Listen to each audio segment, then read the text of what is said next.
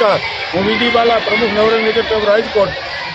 અમે ઉનાળામાં આંગણે વાવો શાકભાજીને પ્રોત્સાહન આપવા માટે આખા સૌરાષ્ટ્રમાં જઈએ। લગભગ 200 સ્કૂલોમાં અમે જઈ અને 2 લાખ શાકભાજીના બિયારણ, ચોમાસું શાકભાજી મોટાભાગે વેલાવાળા શાકભાજી હોય, અને આજે અમે સાવરકુંડલાની અંદર આવ્યા છીએ। તાત્કાલિક હનુમાન આશ્રમ, સતીશભાઈ પાંડેની સંસ્થા જગ્યા અને નવરંગ નેચર ક્લબના સંયુક્ત ઉપક્રમે અમે 7 સ્કૂલોની અંદર જઈ બાળકોને બહુ વિગતે વાત કરી કે ભાઈ શાકભાજી કેમ ઉછેરાય, કેટલા ખાવા જોઈએ, શા માટે ઉછેરીએ, એક પેકેટ વાવો તો કેટલો ફાયદો થાય, અને બજારમાં જે પેકેટ 20 રૂપિયાનું મળે, નિધિ સીડ નામનું પેકેટ, એ અમે બાળકોને 5 રૂપિયામાં આપી। વાહન ભાડું અમારી આ 2 સંસ્થા ભોગવી લી, અને વધુમાં વધુ વિદ્યાર્થીઓ શાકભાજી વાવતા થાય ને એટલે એ ખેડૂતના રોલમાં આવે, બિયારણ કેમ વવાય ખબર પડે, ધરતીમાં બી વાવે, પહેલાં એક બી એના મનમાં વવાય, એ અમારા માટે બહુ જ મોટી વાત।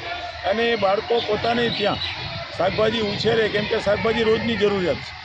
લીલા શાકભાજીનો નિયમ એવો, શરીર વિજ્ઞાન એમ કહે કે દરરોજના 285 ગ્રામ લીલા શાકભાજી ખાવા જોઈએ તંદુરસ્ત રહેવા માટે। એટલે બાળકોને અમે પ્રોત્સાહન આપીએ, કહીએ પડીકા તમે ઓછા ખાજો અથવા બિલકુલ નહીં ખાતા।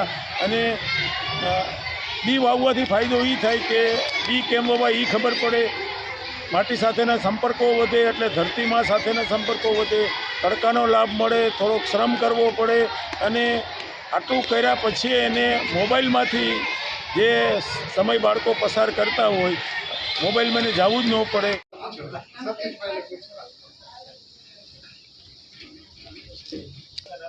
ના ના, વાંધો નહીં, વાંધો સર।